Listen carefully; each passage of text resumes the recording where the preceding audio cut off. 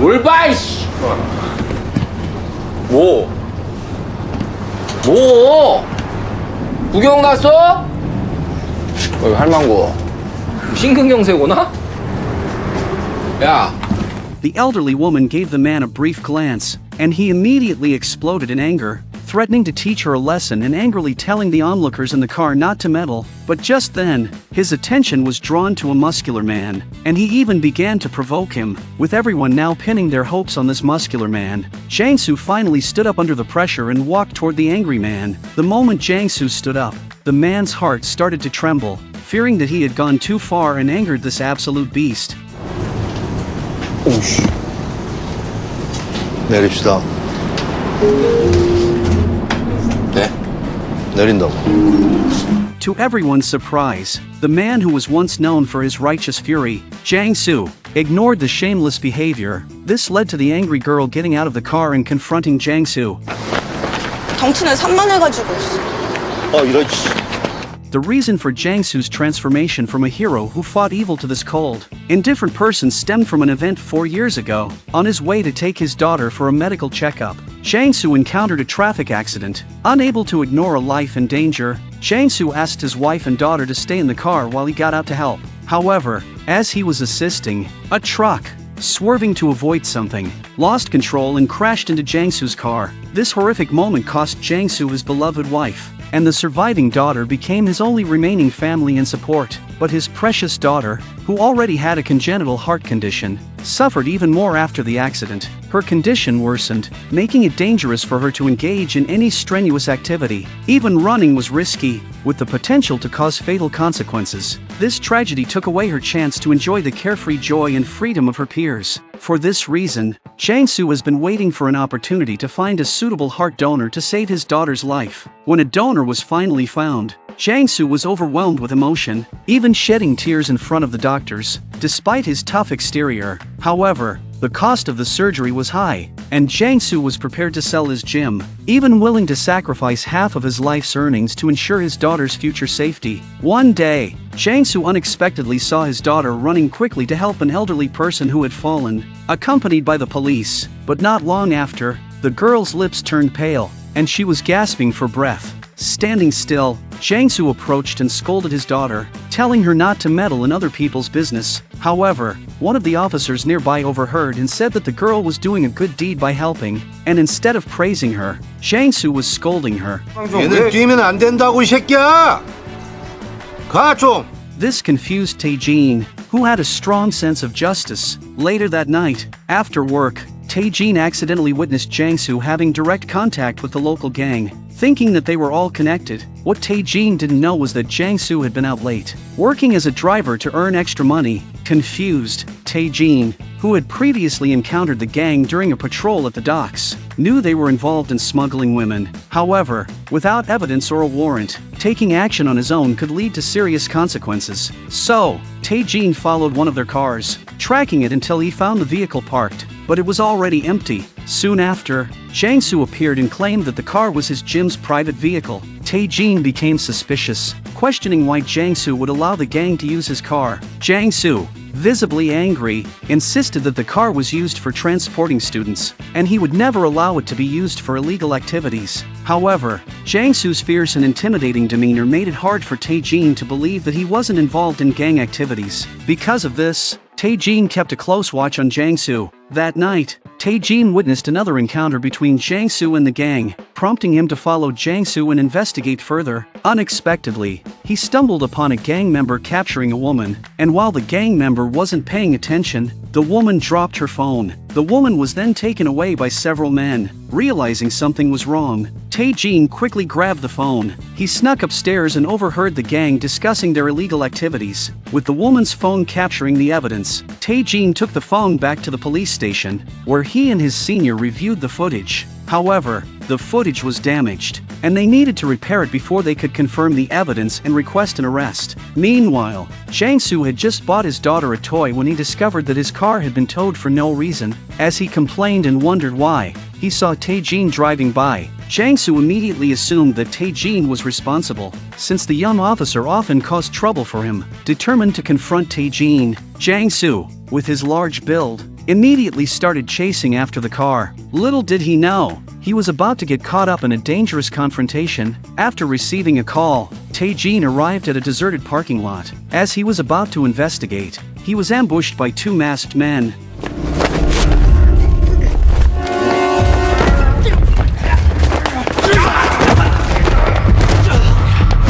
Though the two assailants tried to restrain Tae-jin, his large size allowed him to break free. Just as they were about to face the consequences of assaulting a police officer, the fleeing thugs suddenly accelerated and crashed directly into Tae-jin. The sudden impact of the crash knocked Tae-jin unconscious. As the criminals were about to search Tae-jin's belongings, a breathless Jang-su arrived, only to find Tae-jin collapsed on the ground. 엠마 왜 그래? 손 안 가? Jang-su was knocked to the ground with a single strike, and the officer who took him down was none other than Tae-jin's senior. It turned out that the officer, who had been colluding with the gang all along, had been right by Tae-jin's side. However, upon seeing Tae-jin being knocked out, the senior officer immediately became extremely nervous. As Tae-jin was his favorite junior, he angrily confronted the others, asking why they had gone beyond stealing and resorted to harming Tae-jin, especially when they had agreed only to take things without causing harm. In a panic, the senior officer called for backup and an ambulance. Both Tae-jin and Jang-su were rushed to the hospital, but strangely, Tae-jin seemed unaffected when he arrived at the hospital, even rushing to comfort his girlfriend. However, his girlfriend couldn't see him at all, which confused Tae-jin. He then looked to his senior, but the officer also ignored him. As he made his way to his girlfriend, Tae-jin finally realized that he had been lying on a hospital bed, undergoing treatment. It dawned on him that his soul had left his body.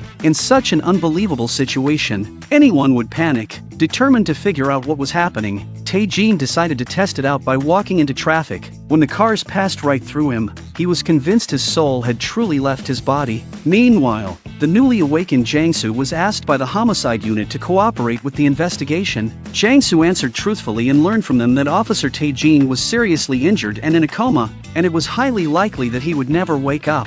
However, just a moment later, while heading to the bathroom, Jang-su accidentally ran into Tae-jin. 아저씨, 나 보여요? 미친. 아저씨. What Tae-jin didn't expect was that, while everyone else couldn't see him, Jang-su was able to see him clearly and even talk to him. At first, Jang-su didn't realize anything was wrong and assumed that Tae-jin was playing a trick on him, so he didn't take it seriously. Even when he walked through Tae-jin's body, he still thought Tae-jin was just messing with him for fun. It wasn't until he saw Tae-jin lying in the ICU that Jang-su realized something was wrong.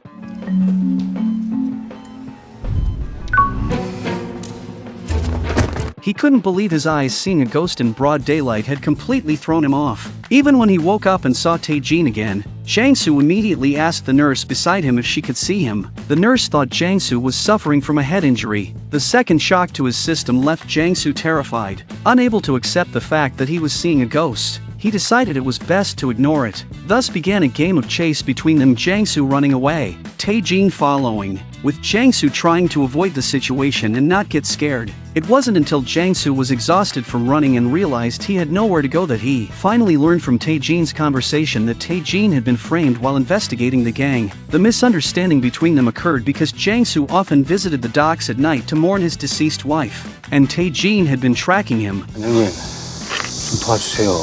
예? 엠마, 내가 사람 일도 안 도와주는데 귀신 일을 도와주겠어?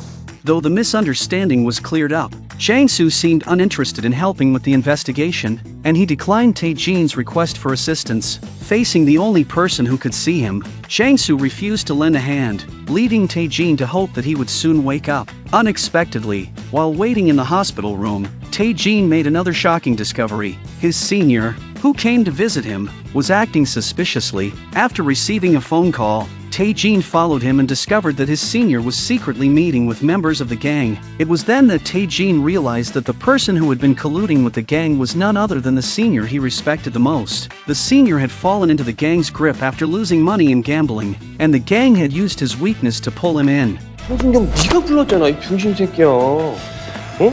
내가 불렀어? 네가 부른 거 아니야 이 새끼야. 이 새끼야. 이 새끼야. 이 개새끼. 보자 오니까. 싸우지 마라. 이게 죄송도 될 일이야. 네가 왜 이렇게 일을 망쳐? What shocked Tae-jin even more was that the station chief was also involved with them. From their conversation, it became clear that the station chief was the true mastermind behind everything. In this area, it turned out that the local gang was operating under the protection of the station chief, and Tae-jin had been deceived by them all along. To tie up loose ends, the station chief ordered the gang leader to eliminate the witnesses. The only person who witnessed the assault on Tae-jin was Jang-su himself. Tae-jin immediately rushed back to warn Jang-su to run, but Jang-su didn't believe him. Instead, he tried to shake off Tae-jin and returned to the hospital for a checkup. Unbeknownst to him, the gang was already waiting for him, ready to strike.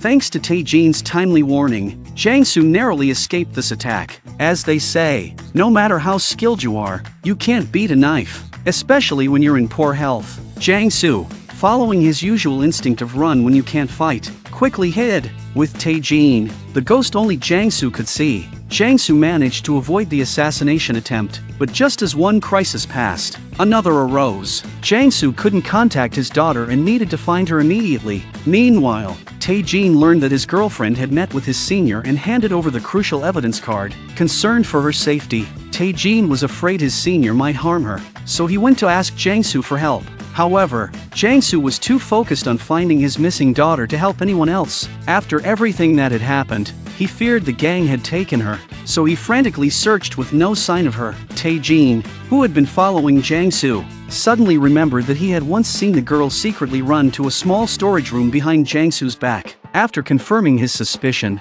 Tae-jin told Jang-su, and they found his daughter unconscious in the storage room. Luckily, they discovered her in time, and Jang-su's daughter was saved. This incident led to an open conversation between Jang-su and Tae-jin finally understood why Jang-su had refused to help before. Coincidentally, Tae-jin saw his girlfriend meeting with his senior and handing over the evidence. Furious, Tae-jin acted impulsively, unaware that his actions had caused something near the trash can to move. This triggered something inside Tae-jin, causing his heart to feel a sharp pain. Soon after, Tae-jin's girlfriend received a critical condition notice from the doctor. Though she was saved, the doctor informed her that Tae-jin's chance of survival was extremely low. The news hit like a thunderbolt, but his girlfriend, despite the grim prognosis, stood by him. She even signed a marriage application with him, as she was carrying Tae-jin's child. However, it seemed that Tae-jin's chances of waking up were slim, which made her feel deeply heartbroken. Tae-jin silently followed his girlfriend,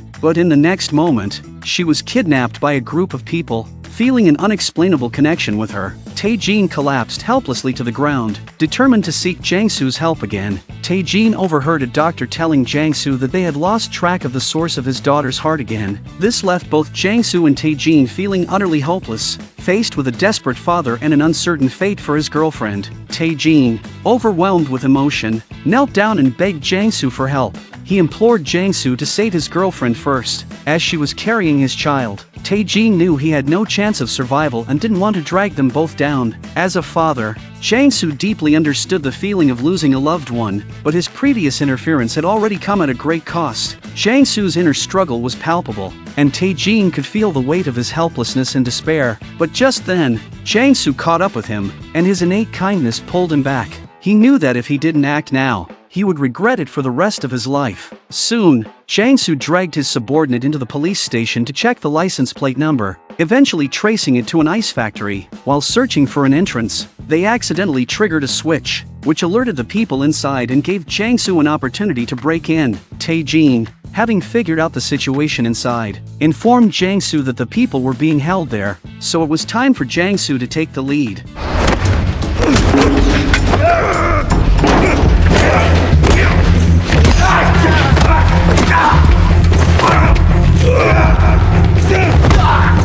With his subordinates' help, Jang-su quickly cleared the area and rescued a group of women who had been forcibly imprisoned. Meanwhile, Tae-jin Sr., who had seen his girlfriend being captured, was filled with regret. Even after handing over the storage card, the gang refused to release her and threatened the senior officer, showing no respect for him. He even received a brutal beating for his trouble. When the station chief arrived, the gang leader smugly boasted, believing his experience could outsmart the situation. 내가 생각해봤는데 이건 아닌 것 같더라고.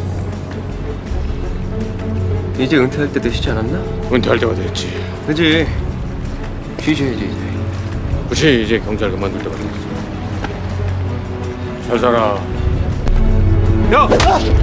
After handling everything, the station chief planned to have the patrol officers clean up and shift the blame onto the gang leader, but in the next moment, Jang-su walked in. Jang-su wasted no time and immediately showed his strength.